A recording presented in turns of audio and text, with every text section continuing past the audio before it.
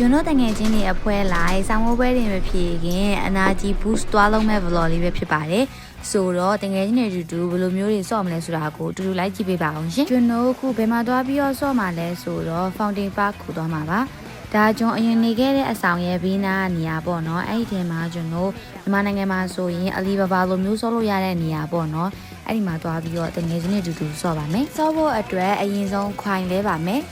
ခွိုင်နေရပြီဆိုတော့ကျွန်တော်ဆက်ဆော့ပါတော့မယ်ခွဲလိုက်ဆော့တာဆိုတော့နေရာဆုံးရှောက်ဆော့ကြတယ်ပေါ့နော်ဒီမှာသူတို့ကပြိုင်ပွဲဆော့တယ်ကျွန်တော်တကယ်ချင်း2ယောက်ကဘတ်စကတ်ဘောသွားဖြစ်တယ်နောက်2ယောက်ကကျတော့အယုတ်ကောက်တယ်ပေါ့နော်ဒီအယုတ်သေးသေးလေးတွေကလေကန်ကောင်းမှရတာလုံးဝမရခဲ့ဘူးဒီတစ်ခါ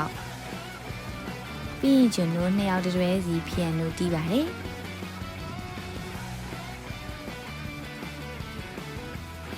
နောက်တစ်ယောက်ကကျတော့ဂျော့ဘောလာဆော့နေပါတယ်ဒါကတော့ကျွန်တော်အကြိုက်ဆုံးအပိုင်းပါပဲဆိုင်ကယ်စီးရပါအဲ့မှာဂရက်ချနေရပါတော့ခေါင်းမလေးစိုးရတဲ့ဥစ္စာကြီးကတအားချောင်နေတာကမျက်လုံးမှမအုပ်ပြီးပဲနဲ့ပဇန်နာလောက်ထိရှောကြနေလို့အဲ့ဒါလုံးရတော့ကြာသွားတယ်ရတာပြီဆိုတော့ခုဆိုင်ကယ်စမောင်มาတော့မယ်ကျွန်တော်ကတော့လေဒီမှာလာကစားရတာဆိုင်ကယ်စီးရတာအကြိုက်ဆုံးပဲအပြင်မှာလည်းဒီလိုဆိုင်ကယ်ကြီးစီးနေတာပေါ့နော်ဒါပေမဲ့သိရတဲ့အရက်ကမှီမနေဘူးဆိုတော့အဲ့ဒီဆိုင်ကယ်ကိုဒီမှာပဲစီးရပါတယ်ဆိုတော့ဆက်စီးလိုက်ပါဦးမယ်ဒါကတော့ကျမတို့တငယ်ချင်း2ယောက်ကိုအားပေးနေတဲ့ပရိသတ်တွေပေါ့နော်တစ်ခေါက်နဲ့အားမရလို့နောက်တစ်ခေါက်အပြိုင်ထပ်စီးပါတယ်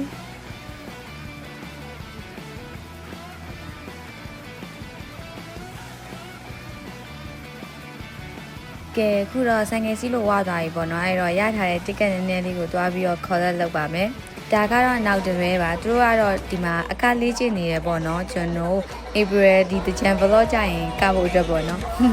စတာပါပြီးရင်တော့ကျွန်တော်တငယ်ချင်းတွေအဖွဲလိုက်တနက်ပြပါတယ်ဒါလည်းဒီကိုရောက်တိုင်းမစောမဖြစ်စောတဲ့အရာတစ်ခုပေါ့နော်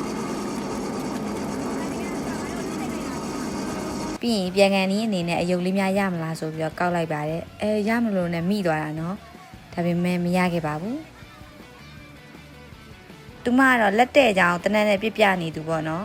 ဒီတယောက်ကတော့ရောက်ကလေးကဒီ baby 3ကိုအသေးအတန်မရမချင်းကောက်နေရသူပါဒီဘက်က3ယောက်ကတော့ကားတွေအပြိုင်မောင်းနေပါတယ်